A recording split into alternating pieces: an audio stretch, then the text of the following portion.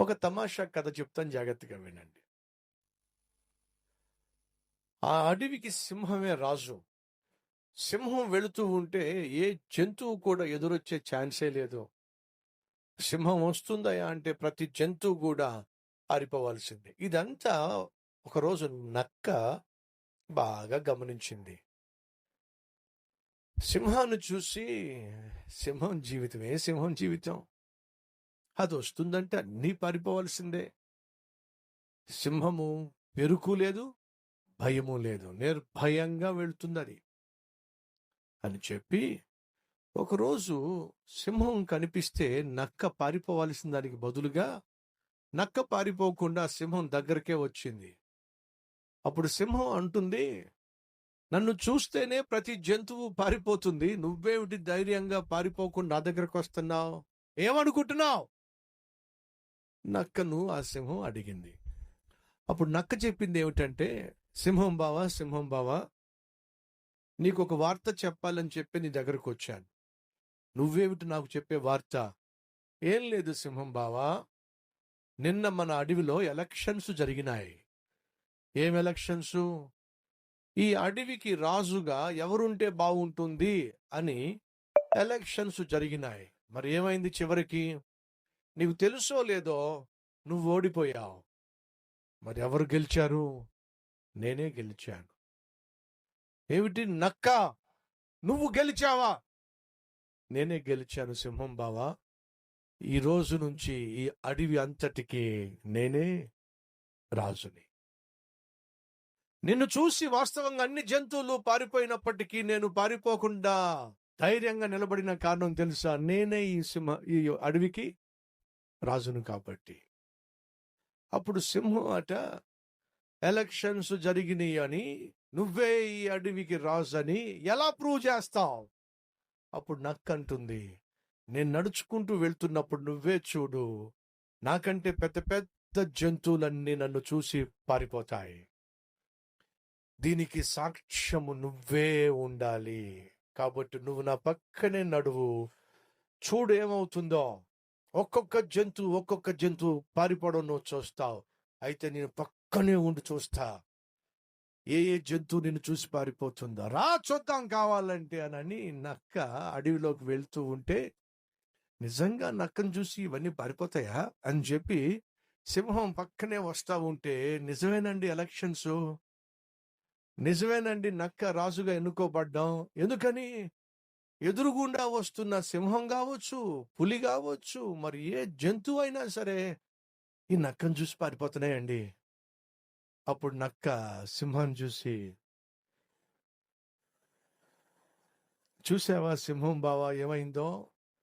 నేను వస్తున్నాను, నూతనంగా ఎలక్ట్ అయినటువంటి రాజు నేను వస్తున్నానని చెప్పి ఒక్క జంతువు కూడా నా ఎదుట నిలబడలేదు. చూసావా సింహం బావా?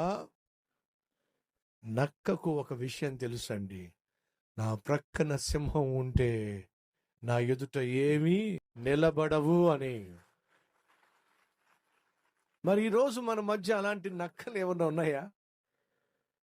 ఏమంటున్నాడు దేవుడు యెహోషువతో? యెహోషువా, నీ ఎదుట ఏ ఒక్కడు కూడా నిలబడకుండా నేను చేస్తా.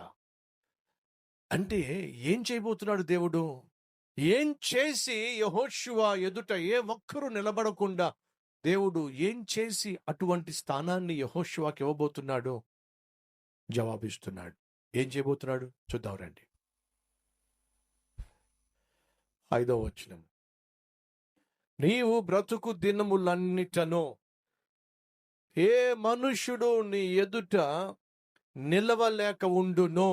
కారణం తెలుసా యెహోషువ? నేను మోషేకు తోడై ఉండినట్లు నీకు తోడై ఉంటాను. అంటే యెహోషువ దేవుడు ఏమంటున్నాడు? ఎవ్వడు నీ ఎదుట నిలబడలేడు. ఎందుకని? నువ్వేదో పైనుంచి ఊడిపడ్డావని కాదు యెహోషువ, నేను నీకు తోడై ఉండబోతున్నాను. కాబట్టే నేను నీకు తోడై ఉండబోతున్నాను.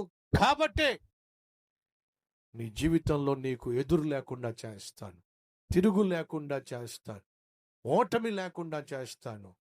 అది ఎలా సాధ్యం? నేను నీకు తోడై ఉంటాను. ఈరోజు మన మధ్య ఇటువంటి జీవితం జీవించాలి అని ఆశించే వాళ్ళు ఉన్నారా? ఏమిటి? భయము లేకుండా నిర్భయముగా జీవించాలి, దేనికి భయపడకుండా ముందుకు దూసుకుపోవాలి. ఎటువంటి పరిస్థితి, అది ఎంత అననుకూల పరిస్థితి అయినా, ఎంత ఆపదతో కూడిన పరిస్థితి అయినప్పటికీ కూడా నిర్భయముగా ముందుకు సాగేటటువంటి ఆత్మీయత జీవితం కలిగి ఉండాలి. ఆశపడుతున్నారా? అయితే వినండి, దానికి ఒకే ఒక్క ఆధారం ఏమిటాయా అంటే దేవుడు నీకు తోడై ఉండడం.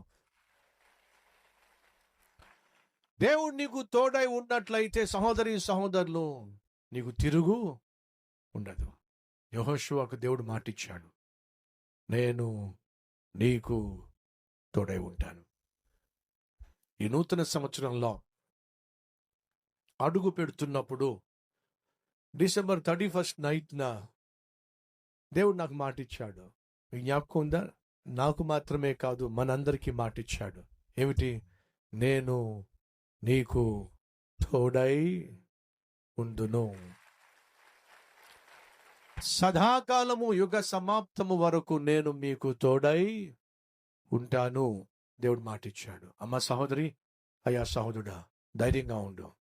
దేవుడు నీకు తోడుగా ఉంటే నిన్ను జయించగలిగింది ఈ లోకంలో ఏమీ లేదు.